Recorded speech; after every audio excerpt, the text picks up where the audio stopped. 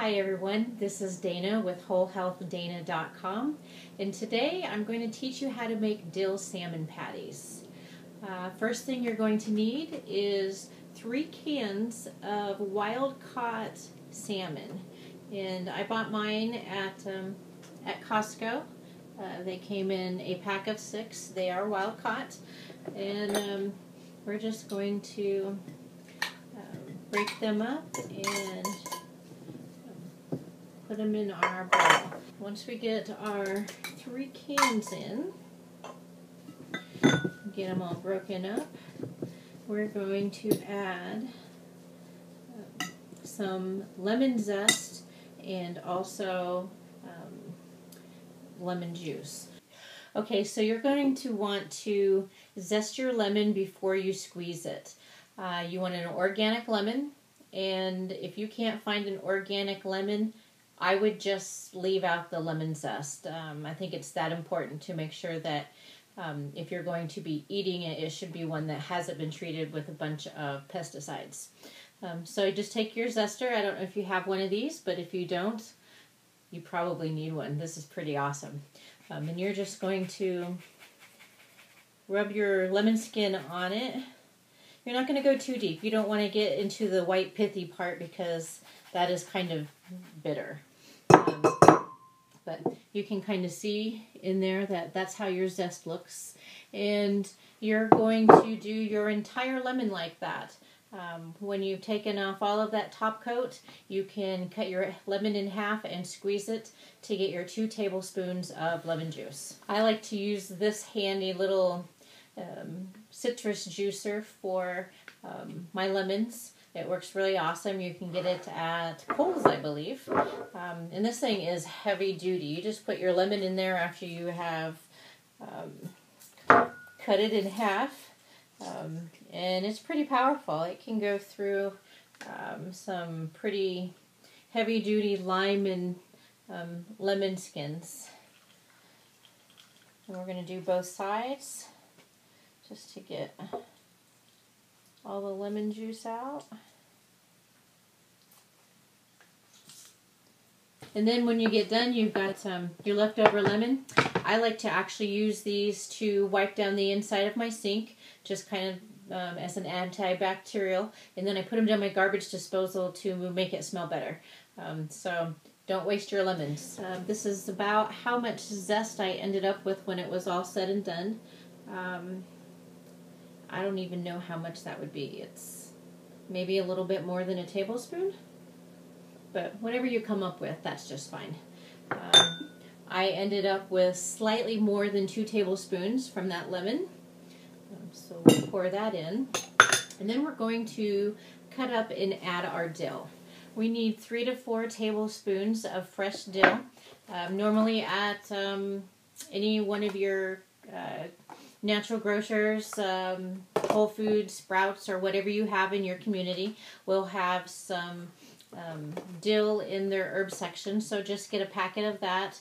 And then I cut off the stems, so just the bottom part where it's thick here. And then I just kind of start cutting them into fine little slices.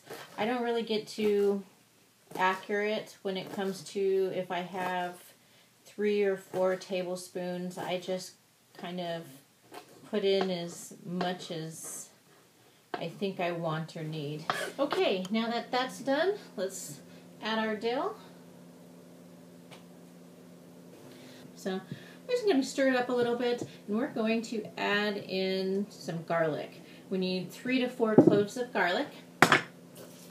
And we've got 4 cloves here. I've got a garlic press. If you don't know how to use a garlic press, now is your time to learn. This one's Pampered Chef. And you just put your clove down into the inside of it, and you squeeze it all in. You're just going to use your sharp knife to scrape off whatever is left.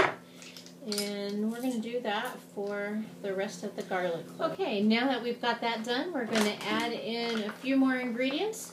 We're going to put in 1 teaspoon of salt. You can use sea salt, or I use Redmond's real salt. I buy mine in a bag, but they have it in a shaker bottle. I just use so much that I prefer the bag these days. We're going to add in 2 tablespoons of organic Dijon mustard.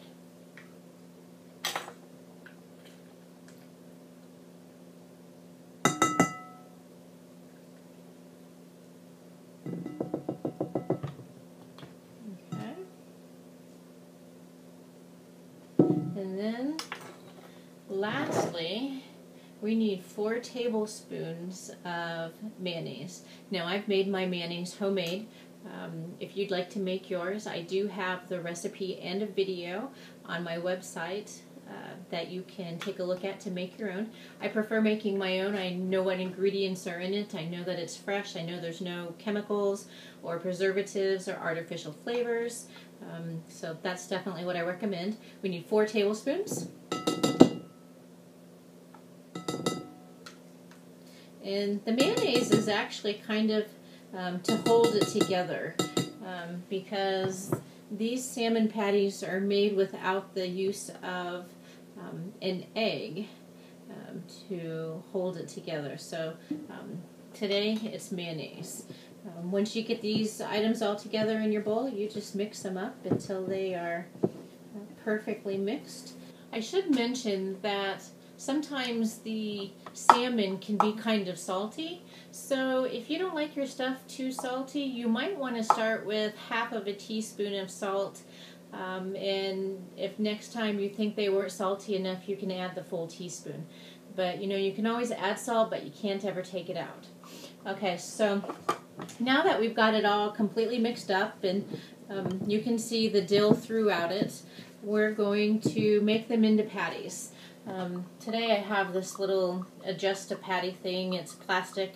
I have really mixed feelings about this thing. I hate using it because it's plastic. I love using it because my patties are perfect. So today I'm using it, and I have it on, I think it's a 3-ounce setting, and it's whatever the it's whatever the thickest patty you can make with this is. I bought it on eBay for, I don't know, $5 or $6, and I think they were advertised for like making sliders. So they're not the full size of like a regular patty. Once you have loaded it and packed it in tight, you just pull that down and it'll come off. While you're doing this, you actually might want to have your pan on the stove warming up. I warm mine up kind of on medium temperature and put a little bit of coconut oil in the bottom of it. I use the Nature's Way coconut oil, and once it's really hot, I throw them in the pan, and I'll cook them for approximately 5 minutes on each side. Okay, while those are cooking up, I like to prepare a bed of arugula to serve underneath it. So you could just buy it at any natural grocery type store. And I just buy the baby arugula. And I don't know if you've never bought arugula before. They kind of, I don't know if you can see that. They kind of call it a bitter. But when you add the right stuff on top of it, arugula is not bitter. You just got to have the right recipe. So put however much you want for your salad underneath, and then drizzle some olive oil, and it's really just however much you want, and red wine vinegar. Now if you don't like red wine vinegar, you can put whatever kind of dressing you want underneath this. It doesn't have to be red wine or nothing. That's just what I like and how I make it. So drizzle on however much you want. And then when the patties are done, we will put one on the top of it. After you flip them over, they should look browned like this. And you just want to be careful when you're flipping them because they are fragile and they can break apart a little bit.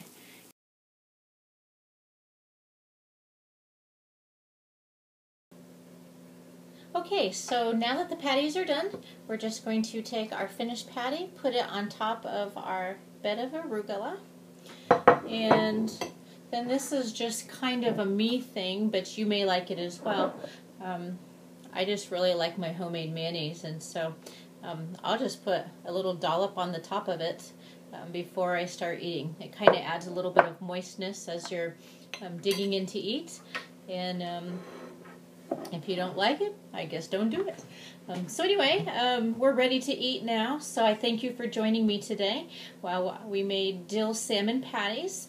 And if you want more recipes and like to see what we do, you can come and see my website at www.wholehealthdana.com, or you can follow me on Facebook at www.facebook.com/WholeHealthDana. So I hope you have enjoyed this episode today, and if you like it, tell your friends, and if you don't like it, tell me.